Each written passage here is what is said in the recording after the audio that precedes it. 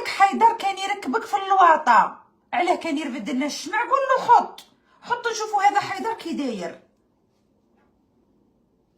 قالت لك قالك كنتي تخوني في توم مع حيدر وحط النيميرو توم وراح يبعث له لي فوتو في الايميل.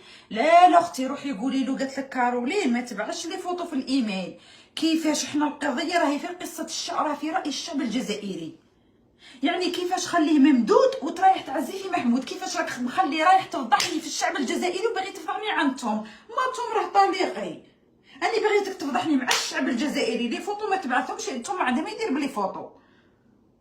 لي فوتو وريهم للشعب الجزائري يشوفوا شكون هذا حيدر. وانا بزياده زيستي ما تخدمش العرب، وانتم راكم عارفين هذا الشيء. انا زيستي تخدم غير القور.